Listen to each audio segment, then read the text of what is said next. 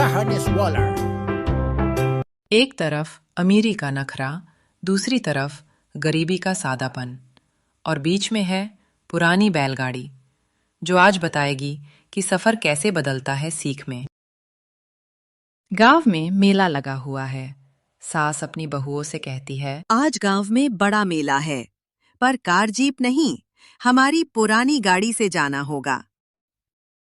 अमीर बहू नाक चढ़ाते हुए कहती है, माँ जी, बैलगाड़ी, ये तो बहुत भद्दा लगेगा, लोग हंसेंगे।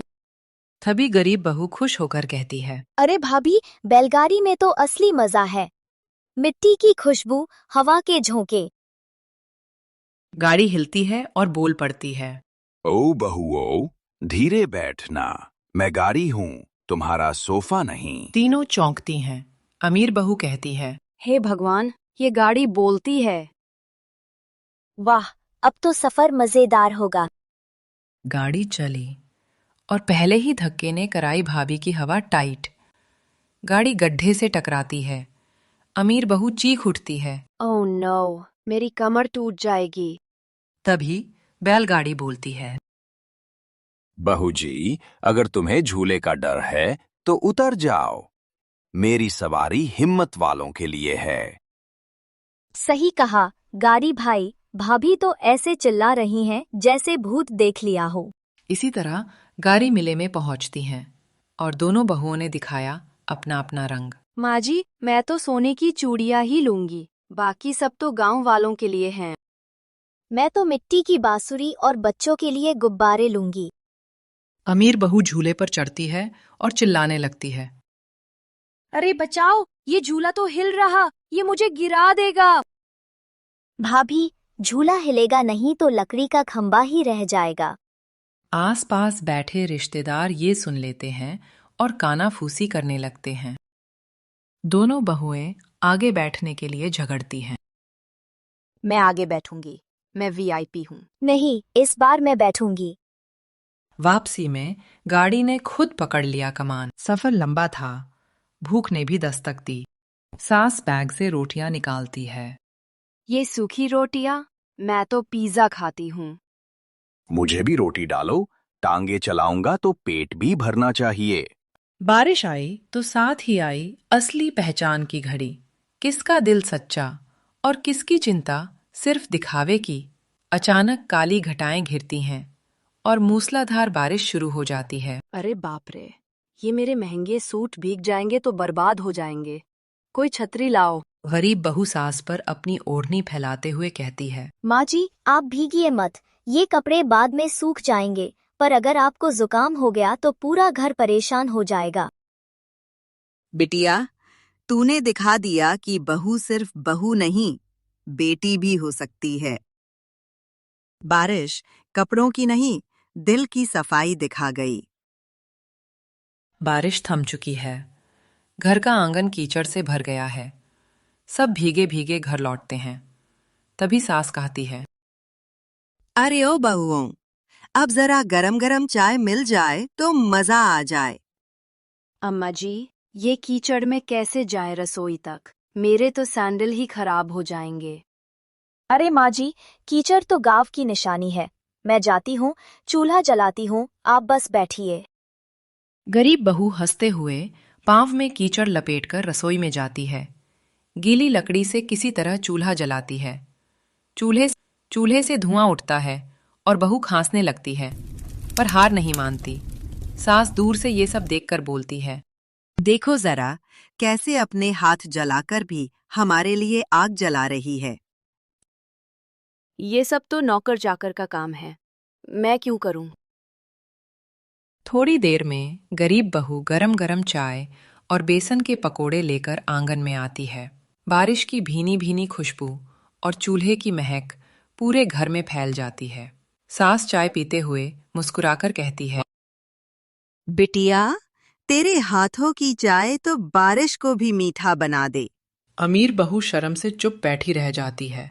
उसकी नजरें झुक जाती हैं। अमीर बहू मन में सोचते हुए कहती है, सब इसकी ही तारीफ कर रहे हैं, मुझे भी कुछ करना होगा, वरना लोग मुझे नाकारा कह देंगे। वो अचानक उठती है और ऐलान करती है, माँ जी, आप चिंता मत कीजिए, अब मैं भी सबको अपने हाथ की खास डिश खिलाऊंगी, पिज़्ज़ा। अरे बिटिया, ये पिज्जा कौन सा अनाज होता है? खेत में उगता है क्या? अम्मा जी, पिज्जा तो शहर का चक्कर है। गांव में तो तवा रोटी ही असली स्वाद देती है। अमीर बहू पिज्जा बनाने की तैयारी करती है, लेकिन रसोई में जाकर उसे आटा बेलना ही नहीं आता। आटा हर जगह फैल जाता है। तभी गरीब बहू कहती है, अरे भाभी, ये आटा बेल रही हो या दीवार लीप रही हो? चुप रहे, मुझे सिखाने मत आ, मैं भी बना लूंगी।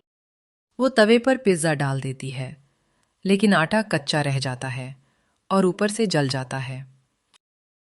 भाभी, बुरा मत मानो, पिज्जा छोड़ो, चलो साथ में पराठे बेलते हैं। मिलकर काम करेंगे तो मजा भी दोगुना होगा। ठीक है, आज से मैं भी सीखूंगी, वरना सब मुझे ही शहर की गुड़िया कहेंगे।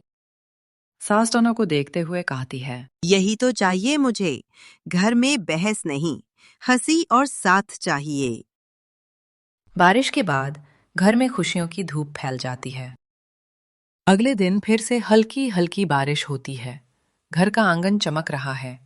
सास बैठी है। दोनों बहुएं पास आती हैं। गरीब बहू कहती है, माँ जी, क्यों ना हम बारिश का खास भोज करें? सब औरतों को बुलाएं, गरम गरम पकवान खिलाएं। हाँ माँ जी, और मैं भी इस बार मदद करूंगी। आज सबको दिखाऊंगी कि मैं सिर्फ शहर की गुड़िया नहीं हूँ। वाह, ये हुई ना बात। तो चलो बहुएं, शुरू करो तैयारी। गांव की औरतें बुला ली जाती हैं। आंगन में चारपाइयां बिछाई जाती हैं। पड़ोसन मजाक करते हुए कहती है, अरे, सुनने में आया है आज अमीर बहू भी खाना बनाएगी। कहीं पिज्जा वाला हादसा फिर तो नहीं होगा। सब हंस पड़ती हैं। अमीर बहू शर्माकर सिर झुका लेती है। नहीं दीदी, आज ये मेरे साथ पराठे बेलेंगी। देखना, सबको उंगलियां चाटनी पड़ेंगी। दोनों बहुएं मिलकर काम शुरू करती हैं। अमीर बहू बेलन उल्टा पकड़ लेती है। गरीब बहू हंसते हंसते बेलन घुमाकर सही करती है। अमीर बहू हंसते हुए कहती है, अरे, अब तो समझ गई, बेलन भी मोबाइल जैसा है, उल्टा पकड़ो तो काम नहीं करेगा। थोड़ी देर बाद खाने की महक पूरे आंगन में फैल जाती है। गर्मा गर्म आलू के पराठे, दही, हरी मिर्च और चाय। औरतें बैठकर खाने लगती हैं। पड़ोसन खाते हुए कहती है, अरे वाह, आज तो मजा आ गया। अमीर बहू के हाथों में भी देसी स्वाद आ गया है। मेरी दोनों बहुएं बादल और बारिश जैसे हैं। साथ हों तो ही खेत हरा भरा होता है। सब औरतें पेट भरकर खा चुकी हैं। आंगन में हंसी ठिठोली चल रही है। तभी अचानक एक औरत बोल पड़ती है, अम्मा जी, आपकी अमीर बहू तो अब असली गांव वाली बन गई। लेकिन देखना, ये बर्तन धोने से तो भागेगी। सभी औरतें हंस पड़ती हैं। अमीर बहू थोड़ी सकपका जाती है और कहती है, नहीं, आज मैं ही सारे बर्तन धोऊंगी। वो हाथ में साबुन लेकर बर्तन धोने लगती है, पर जैसे ही घिसती है, साबुन उसके मुंह पर फिसलकर झाग बन जाता है। सब ठहाके लगाते हैं। गरीब बहू हंसते हंसते कहती है, अरे भाभी, बर्तन धो रही हो या चेहरा नहा रही हो? वाह, अब तो ये भी हमारी तरह मजाक करने लगी। असली गांव की बहू बन गई है। सास दोनों बहुओं को पास बुलाती है, आंचल से उनके सिर पोंछती है और भावुक होकर बोलती है, बिटिया, तूने दिखा दिया कि बहू घर को जोड़ती है और बेटी की तरह निभाती है। आज मेरी दोनों बहुएं मेरे लिए दो आंखें बन गई हैं। एक बिना दूसरी अधूरी है। बरसात ने घर की छत गीली की थी, लेकिन बहुओं के दिलों ने घर को रोशन कर दिया। घर की असली शान कपड़ों या पकवानों में नहीं, बल्कि आपस के प्यार और सम्मान में होती है। जब बहुएं मिलकर चलें, तो हर तूफान भी घर को खुशियों की बारिश बना देता है।